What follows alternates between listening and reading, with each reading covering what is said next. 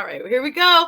Please give a Suzette Speak show. Welcome to y'all. You know, I'm kind of formal journalist, so I get a little journalisty. But welcome to Miss Shanae Hudson. Welcome. Thank you so much for having me. Thank you so much, Suzette. So I excited. feel I so see honored to you. Yeah, I'm seeing be the honored. chat. They saying, let's go. Salute. No fear. Here we go. I see you guys. Thank you so much for your comments. Drop them throughout. I'll post most that I can, get to. They're still talking about, I know, Miss Hudson, you don't know what I'm talking about with the TLA. Do you watch TLA? I don't know. I don't think you probably know what it is. So No. let's leave the conversation. That's what happened the last show. The chat talking about the TLA show, and I'm here trying to have a conversation. But good afternoon. Uncle Stu on the block, the old man on the block. What's up, sir? Welcome to you. I am so glad you're here. Let's see what the comments say. Gaston's World says, nah, she wouldn't survive Kevin Samuels instant. You think so? She can handle KS, says Andrew Walker. Oh, man. I don't think you guys are ever going to find out. Thank you so much. Odetto Chef says, let's go. No fear. All right, so let's do a quick introduction. The people want to know who you are. They're saying, welcome. Oh, she has a great smile. Look at all this love. Just tell us who you are. Tell us a little bit about where you're from, your business, etc. Okay, well, my name is Shanae Hudson. I'm originally from Jamaica, but I've been in Florida for so long, you might as well call me a Floridian. All right. So let's just get that squared away. I'm an entrepreneur. I have a company by the name of Aspire to Inspire Agency. It's a great company for empowering youths as far as getting their ambitions started. So we deal a lot about financial literacy, personal development, self-development, confidence building, the whole nine. And other than that, I'm also a mother. I'm also very involved in my community. I sit on different boards in Broward County. I am a part of the MLK Committee, the Black Chamber of Commerce, Women of Tomorrow mentor, and most proudly, a mom of 3 boys. I've just given birth to my 3rd boy, 4 months ago almost? So yeah, pretty excited. No way. Oh yeah.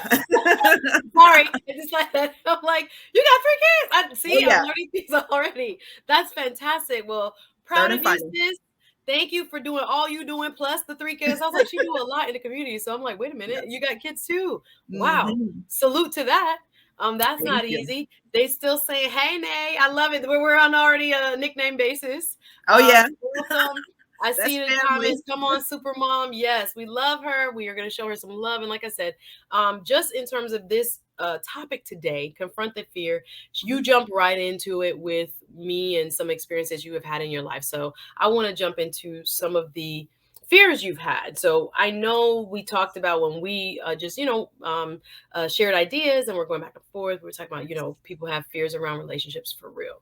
People have fears about not achieving or not, becoming the best they can in life. People have fears with their kids not growing up well, not going to be nothing, all that. Fear of disappointment, disappointing parents, disappointing a spouse, not being good enough is a big fear. Fear of not getting that job or making the wrong career choice. I think that's big. People have the FOMO, fear of missing out. Big time. Yes. So especially with the social media now and everybody looks like they're balling and the best 5 seconds of your life is what you post. And, people don't see you crying in the corner or in the car afterwards, or whatever, not want to get out of the car when you get home. Hello, somebody. You don't see any of that. You see the perfect family and you see all this stuff. So be real with me. Just in general, what parts of your life has fear impacted? And can you give me some examples? Like, we want to be real and, I keep it transparent. But so has fear played any role in your life and how? Oh my goodness. Where do I start? I found that fear has been something that I struggled with for a long, long time. I believe it paralyzed me. And I'll share a little bit of my story with our listeners today because it's very important for me to connect with all our listening audience. I want you guys to understand that I'm coming from a place of experience, not from a place of, I've been there, done that, and I'm over it. And I, don't struggle with this. So for me as an entrepreneur and all these other things that people will tag to my name, a go-getter and all that, there was a little girl who suffered with fear tremendously. At the age of, I believe I was in my sophomore year in high school, and I found out that I was diagnosed with glaucoma, which is a disease of the eye that blinds you. There's no way around it. There's no solution to it. There is no cure. It blinds you. And I had to learn this, and I had to live with this in my sophomore year in school. However, I didn't understand the significance of this disease because I'm like, okay, I'm going to go blind. Yeah, I panicked. I went crazy. I was like, oh my God, my life is over. As I got older and the disease progressed, and it caused me to not be able to do a lot of different things, I started to really, really, really go crazy. And I started to really have a lot of fear, because my greatest fear was not being able to see my children physically grow up, not being able to drive, not being able to be as independent as I'd want to be. So that paralyzed me for years. And the story that led me to starting my own company was the fact that the disease got so bad that I needed immediate surgery. I was literally... Sis, hold up, sis. Y'all drop some comments. Y'all hit that like button. I'm just profoundly moved just thinking about, we didn't even get to health diagnosis fear. Oh yeah. We didn't even get to that. So I'm glad you are giving a real life example. You are a living example. I cannot imagine being 10. How old are you in 10th grade? 16 or so? Right? 15, 16. 16, yeah. And getting a diagnosis in 10th grade and looking around like, whoa, I'm a kid. Yeah. This is not supposed to happen to me. How many of y'all have said that at any stage of your life? This is not supposed to happen to me. I'm young, I'm just living my life. And then boom.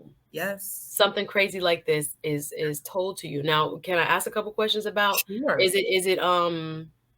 it genetic in your family or anything like that? Had anybody else? No one else. Like this? I'm the only special person. Anybody wouldn't have had no inclination that somebody this young. Glaucoma is really found in like typically older people. Exactly. But so a 15, 16-year-old talking about glaucoma, we all like, what? This is, if you're familiar with it, my mom is a retired registered nurse. So she used to work eyes. So this is like real for me. You work on eyes and things like this. So thinking about that, can you give us a little bit of the medical definition of what that means for people who are not familiar with this? What does that mean? Y'all hit the like button. Y'all don't be stingy. What does that mean? What is a glaucoma? So glaucoma is basically the damaged pupils in your eyes. Once the nerve vessels are damaged in your eyes, you have lost vision. So for me, I'm going to be 33 on Tuesday. So a 33-year-old almost, basically. There's a lot of damaged nerves in my eyes. So there are a lot of blind spots and blind areas. So you're coming towards me or I'm doing something and there is a blind spot. There's a lot of accidents that can happen.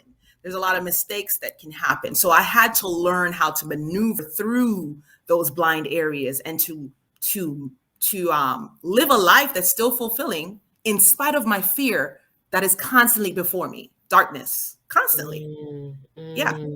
So when I see a comment, Master Lion Tamer says it can be hereditary, but in your case, it was not. So was it immediate that you started to lose your vision? Was it were you having problems? That's why you went? Yes. And then they start seeing these things and you're like, oh, snap, what's going on? Yes. And how bad was it initially and how fast did it progress?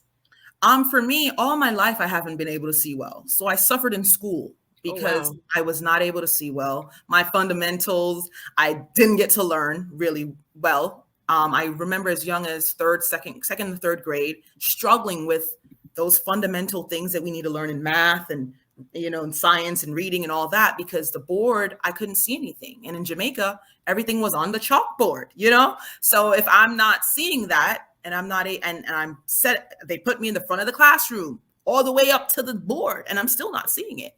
And I'm like, something is wrong. But I thought it was normalized. I'm like, why is it that when I go to, the track and field games that my dad would take me to, why is it that they look like little beans down there? I can't really see it. And I would pretend all my life saying, oh, wow, he did that. Oh, yeah, he won the race. And I just that you're wilding. I'm excited. I'm just hearing all this. I thank God. I'm so grateful that we live in America because simple eye tests are not available everywhere. Right. And I don't know if we take that for granted or we are aware Right. that getting like your eyes tested, getting a pair of glasses that Mm. are prescription for you is Oh not the yeah. norm everywhere around this world. So Yes. thanks for bringing that up.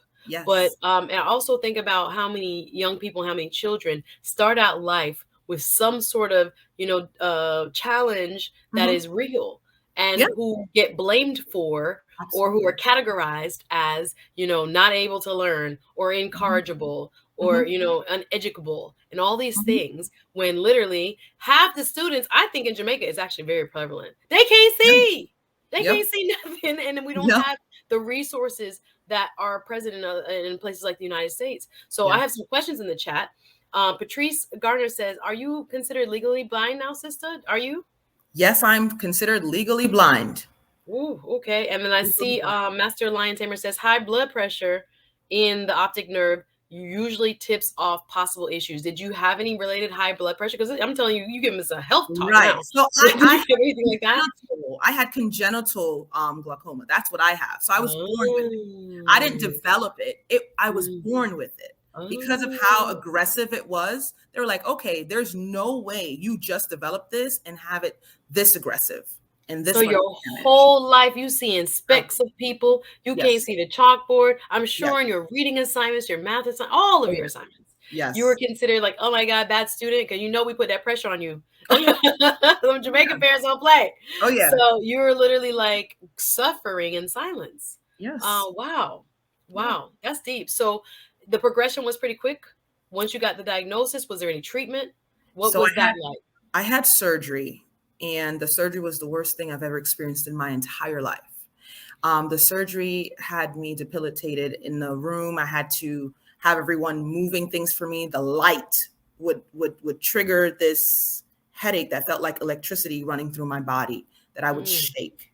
And mm. it was scary because it was like a risky surgery, because I was so delicate that I was like, you know what, it's just willing just to try and save what vision I had by them putting a tube in the eye to drain the fluid.